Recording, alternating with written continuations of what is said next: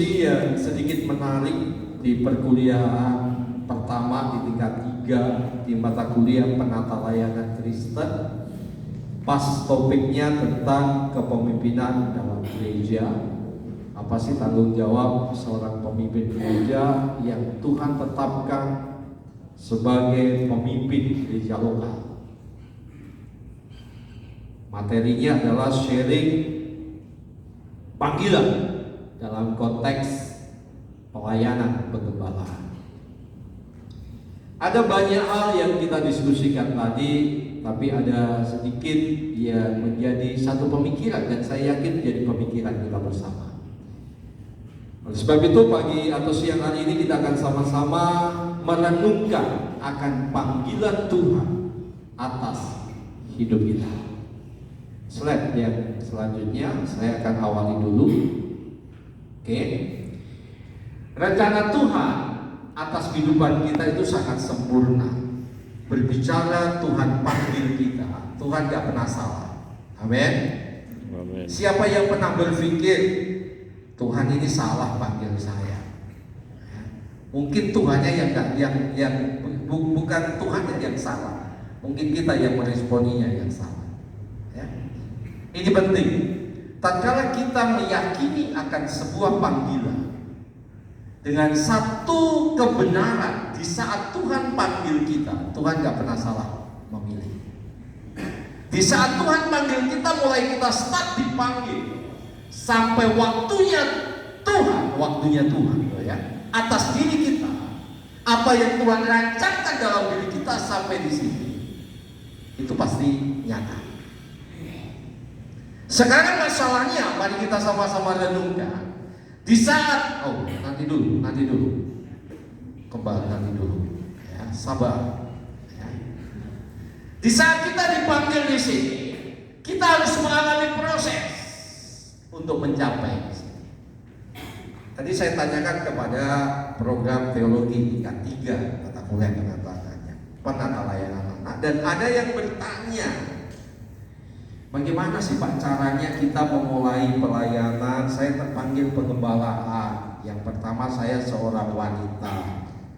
Yang kedua, bagaimana kebutuhan saya? Oke, saya punya teman banyak, ada jemaat, tapi kalau orang-orang yang di sekitar kita nggak peduli sama kita, gimana? Masalah uang, masalah kebutuhan. Saya berikan motivasi, saya saksikan pengalaman kehidupan panggilan Tuhan atas hidup saya sampai saat ini. Ada banyak masalah yang Tuhan izinkan untuk kita lalui. Ada begitu banyak bentuk yang kita harus jalani, dan itu gak mudah. Nah, pada saat saudara dipanggil dalam staf ini, saudara ada di sini mungkin baru dalam tahap di sini masih panjang. Di sini masih ada masalah, pergumulan yang kita hadapi. Yang baru semester 1 yakin dipanggil, yang teologi angkat tangan semester 1. Ya, kalau sudah memilih teologi minimal akan merintis jemaat, jadi gembala. Ya, paling jelek-jeleknya wanitanya jadi ibu gembala. Itu pun pergumulan, cari pasangan bapak gembala. Nah, itu bergumul juga. Nah, untuk mencapai ini, saat ini semester 1 ada berkumpul, baru kuliah, bagaimana caranya? Kemarin diskusi ada yang berat masalah tugas. Itu penderitaan sekali ya. Itu menderita, itu proses. Apalagi kalau diperhadapkan PK2, wah itu berat sekali. Itu proses.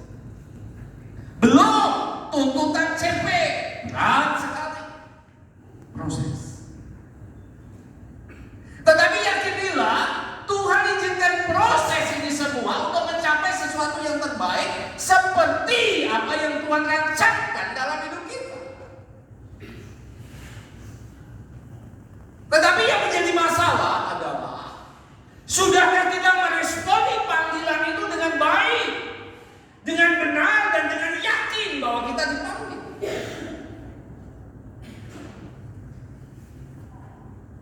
Tahun 97 Tuhan panggil saya di Lampung, harus sekolah kita. 97 saya masuk sekolah Alkitab salah 3. Tantangan yang pertama yang saya dengar itu dari paman saya yang tidak percaya bahwa saya mau sekolah Alkitab. Dia pikir, Yohanes mau sekolah Alkitab, orang kayak gitu kok mau sekolah Alkitab gitu. Karena taunya dia, saya suka main judi. Gak mungkin ya. Bahkan saya bawa pendeta saya dari Lampung untuk ngantar saya di desa, di rumah saya. Dia bilang, wah itu akal-akalnya Yohanes, itu bukan pendetanya. Sampai seperti itu. Ada proses begitu panjang. Dan mungkin katakan, saya belum sampai di sini saat ini, masih ada dalam proses di sini. Dan saya nggak tahu selesainya kapan. Mungkin sampai selesai khotbah ini selesai ya, saya nggak tahu. Sehingga ada kiriman bunga ya. Kita nggak tahu, tapi kita ada dalam proses di sini. Tetapi yakinilah, apapun prosesnya, apapun tantangannya, untuk mencapai satu apa yang dirancangkan Tuhan atas panggilan kita akan dimampukan. Amin. Responi panggilan itu dengan baik. Oleh sebab itu mari kita akan sama-sama belajar bagaimana meresponi panggilan Tuhan. Kita akan melihat bagaimana Musa pada awal dipanggil oleh Tuhan. Kita lihat di dalam kitab Keluaran pasal yang keempat.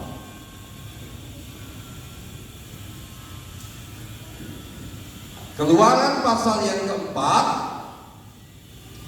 ayat yang pertama sampai ayat yang ke-17. Kita nggak usah baca semuanya, kita akan baca sesuai dengan kebenaran yang kita akan renungkan. Kita tahu bersama siapa itu Musa. Backgroundnya telah dipersiapkan Tuhan luar biasa. Meskipun persiapannya itu menurut Musa juga ada enaknya dan ada yang gak enaknya.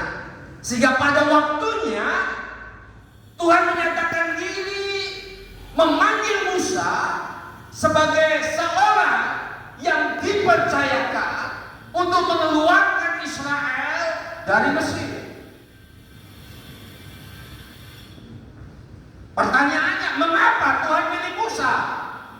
Ya, kita nggak menjawab dan nggak usah kita mengada-ada. Nanti aja tanya sama Tuhan kalau kita masuk surga. Tetapi yakinilah Tuhan nggak pernah salah pilih.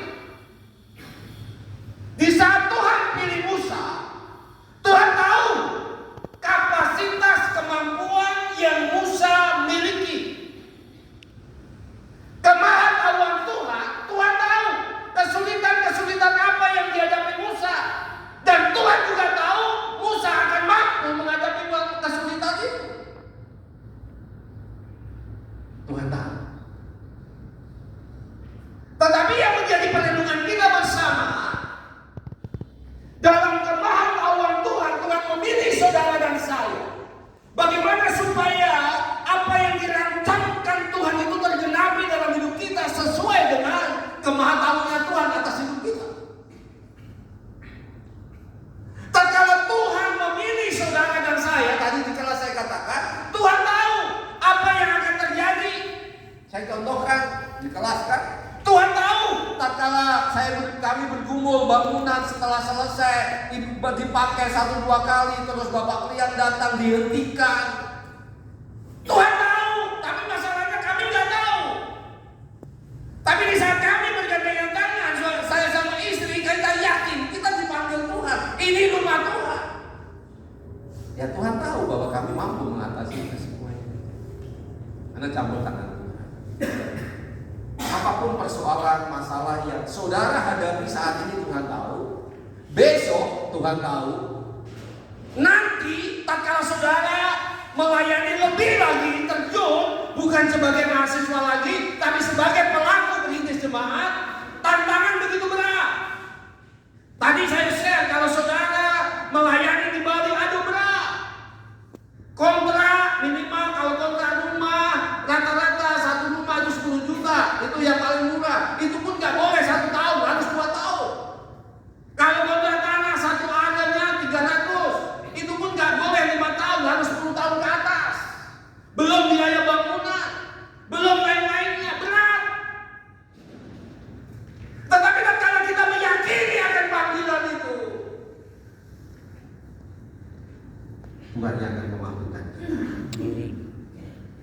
meresponi panggilan Tuhan. Yang pertama, menyadari apa yang ada pada kita. Musa sadar. Kalau kita perhatikan di dalam ayat yang pertama, Musa merasa tidak bisa membuat Firaun maupun umat Allah percaya kepadanya. Musa tahu ini. Ini maksud manusiawi. Sehingga di dalam ayat yang pertama dia katakan, bagaimana jika mereka tidak percaya kepadaku dan tidak mendengar perkataanku, melainkan berkata, Tuhan tidak menampakkan diri kepadamu. Ada banyak kekurangan-kekurangan dalam diri kita. Tetapi itu jangan menjadi satu penyebab kita meragukan panggilan Tuhan atas diri kita. Kalau kita memperhatikan dalam surat Korintus, bagaimana cara Tuhan memanggil orang-orang yang akan dipakai. Tuhan memilih orang-orang yang dianggap bodoh oleh dunia. Itulah kita. Hal yang pertama perlu kita sadari, kita ada banyak kekurangan, ada banyak kelemahan, ada banyak keterbatasan. Di dalam ayat yang ke-10, Musa juga merasa tidak pandai bicara. Dia berkata, Tuhan, aku ini tidak pandai bicara, dahulu pun tidak, dan sejak engkau berfirman pun tidak, sebab aku berat mulut dan berat lidah. Ini yang ada dalam diri Musa. Tak kala dia dengar panggilan Tuhan. Ada banyak kekurangan, kelemahan dalam diri kita. Bagaimana Pak? Saya dipanggil untuk mengembalakan jemaat. Saya seorang wanita. Saya nggak ada donatur, nggak ada yang mendekeng saya, nggak ada yang mensupport saya. Dengan baik, siapa yang memanggil kita?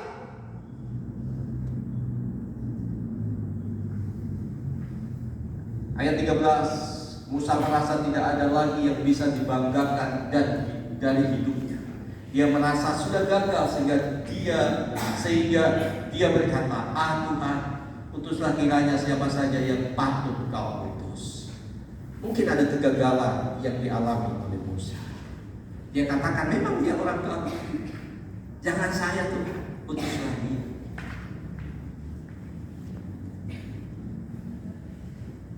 Kebenaran diperdengarkan kepada kita siang ini. Siapapun kita, apa yang ada dalam diri kita ada banyak keterbatasan, ada banyak kekurangan, ada kegagalan-kegagalan yang sudah kita alami. Itulah sifat manusia. Kita tak apa-apa menyadari apa yang ada pada kita. Kita penuh banyak kekurangan, tetapi kalau kita kembali meresponi apa yang Tuhan mau dalam hidup kita, kita akan dibuat wow oleh Tuhan. Musa menjadi pemimpin yang luar biasa. Diawali dalam dirinya ada banyak kekurangan. Dia merasa nggak bisa. Bahkan ayat yang ke-13, dia merasa diri nggak layak.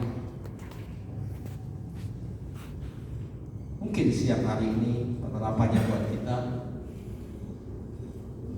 Saat ini mungkin banyak di antara kita yang merasa tidak punya apapun yang bisa dipakai untuk mengatasi masalah-masalah, apalagi untuk melakukan hal besar. Tetapi sadarlah bahwa rencana Tuhan di dalam hidup kita itu sangat dahsyat. Kita adalah bangsa terpilih, umat kepunyaan Allah sendiri. Rencana Tuhan adalah ingin memakai hidup kita untuk menyatakan kemuliaannya ke seluruh dunia. Dia ingin menjadikan kita kepala bukan ekor. Sesudah kita menyadari hal ini, baru Allah bisa bekerja di dalam hidup kita. Kita mengakui ada banyak kekurangan dan kelemahan, tetapi kita mau merespon. Kalau Tuhan panggil kita, kita berkata, yes, Tuhan gak salah pilih saya. Disitulah yang dikhawatirkan seorang mahasiswi, bagaimana nanti biaya hidup saya. Tuhan yang menyediakan. Bagaimana tantangan nanti gini-gini, Tuhan yang memberi. Kita nggak bisa berbuat apa-apa. Yang kedua, menyadari